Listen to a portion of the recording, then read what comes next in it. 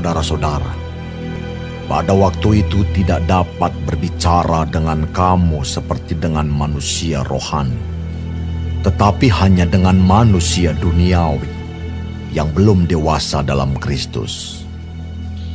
Susulah yang kuberikan kepadamu, bukanlah makanan keras, sebab kamu belum dapat menerimanya.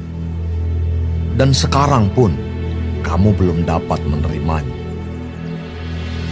karena kamu masih manusia duniawi. Sebab jika di antara kamu ada iri hati dan perselisihan, bukankah hal itu menunjukkan bahwa kamu manusia duniawi dan bahwa kamu hidup secara manusiawi? Karena jika yang seorang berkata, "Aku dari golongan Paulus," dan yang lain berkata, "Aku dari golongan Apolos," bukankah hal itu menunjukkan bahwa kamu manusia duniawi yang bukan rohani? Jadi, apakah Apolos? Apakah Paulus? Pelayan-pelayan Tuhan yang olehnya kamu menjadi percaya, masing-masing menurut jalan yang diberikan Tuhan kepadanya. Aku menanam, Apolos menyiram, tetapi Allah yang memberi pertumbuhan. Karena itu, yang penting bukanlah yang menanam atau yang menyiram, melainkan Allah yang memberi pertumbuhan. Baik yang menanam maupun yang menyiram adalah sama, dan masing-masing akan menerima upahnya sesuai dengan pekerjaannya sendiri. Karena kami adalah kawan sekerja Allah. Kamu adalah ladang Allah, bangunan Allah. Sesuai dengan kasih karunia Allah yang dianugerahkan kepadaku, aku sebagai seorang ahli bangunan yang cakap telah meletakkan dasar, dan orang lain membangun terus di atasnya. Tetapi tiap-tiap orang harus memperhatikan bagaimana ia harus membangun di atasnya.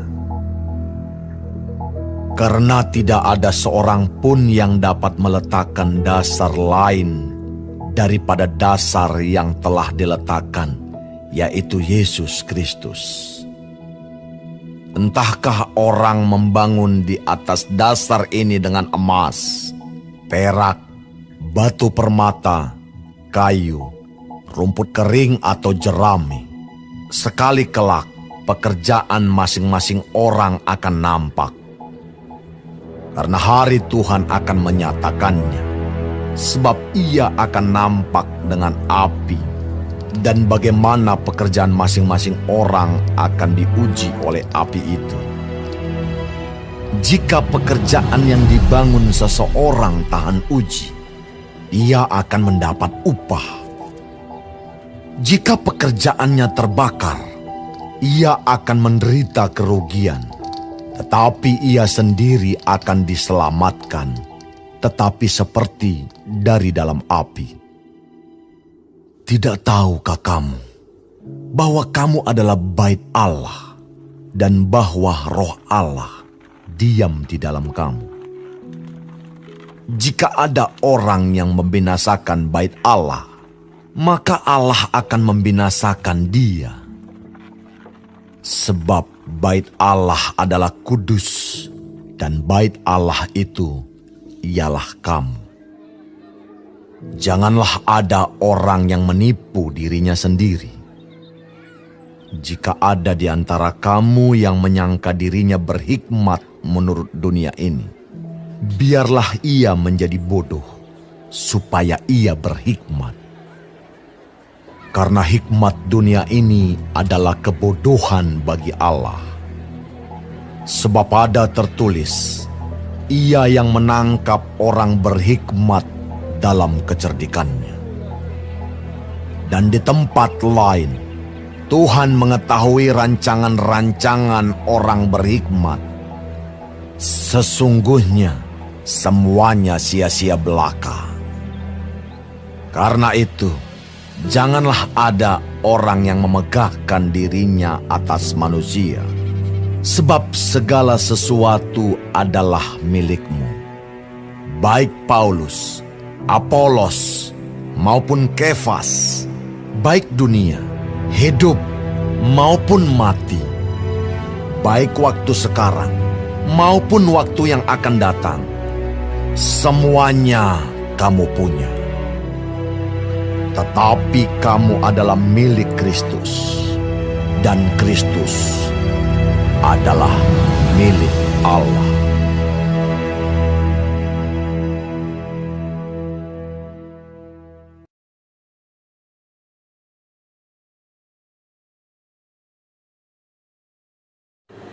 Shalom saudara-saudaraku yang kekasih di dalam Tuhan Yesus Kristus. Puji Tuhan kalau kita masih diberi kesempatan hidup hari ini dan mempelajari firman Tuhan Kompas Kehidupan dari 1 Korintus 3. Tuhan Yesus memberkati.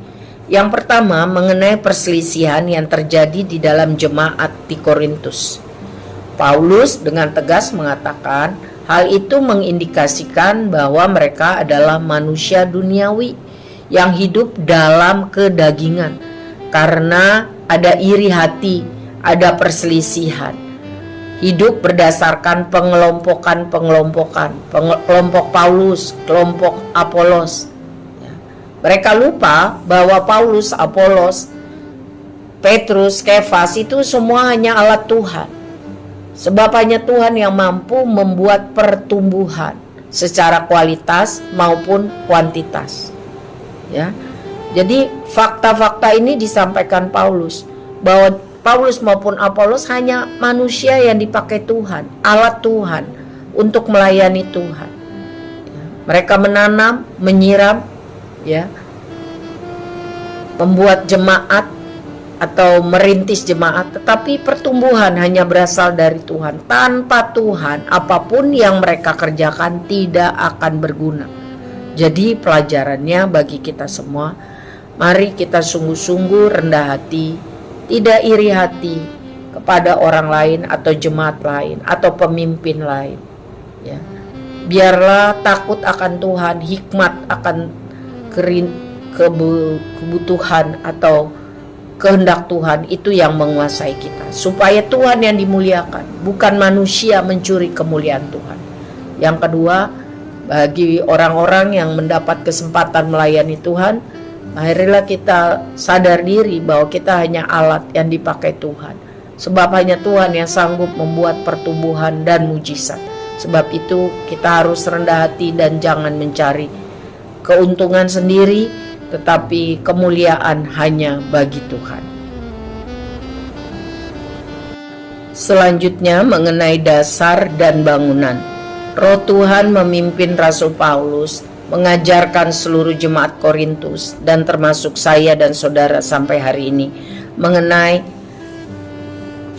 fondasi yang kokoh dari sebuah gereja atau hidup orang percaya. Seharusnya adalah Kristus saja. Kokoh atau tidaknya suatu bangunan tergantung pada fondasi atau dasarnya.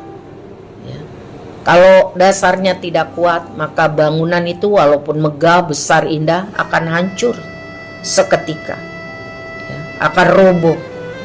Demikianlah hidup kita, hidup gereja Tuhan, jemaat Tuhan, harus Yesus Kristus sebagai dasarnya, sebagai fondasi yang kokoh.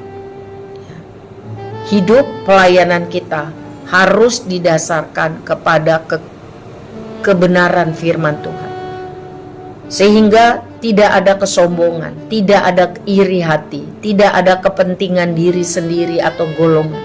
Tapi semuanya didasari pada kasih Tuhan Yesus.